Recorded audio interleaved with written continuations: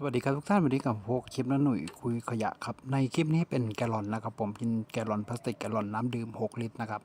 จะใช้ส่วนตัวคอเนี้ยมาทำงานกันครับเป็นของใช้ภายในครัวเรือนครับโอเคครับติดตามชมนะครับจากแกลลอนน้ำดื่มแกลลอน6 ลิตรครับผม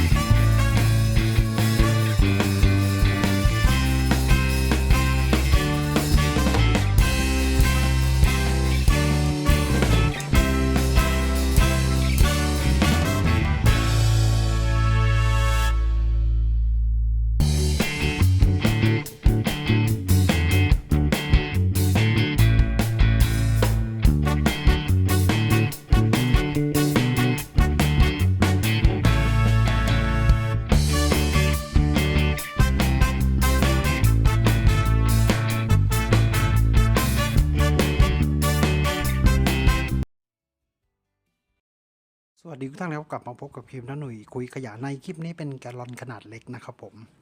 จะนำมาทำเป็นที่กรองสำหรับใส่ในสิ่งล้างจานกรองเศษอาหารกรองขยะต่างๆที่เราไม่ต้องการให้ไหลผ่านท่อน้ำทิ้งนะครับผมโดยกรองเป็น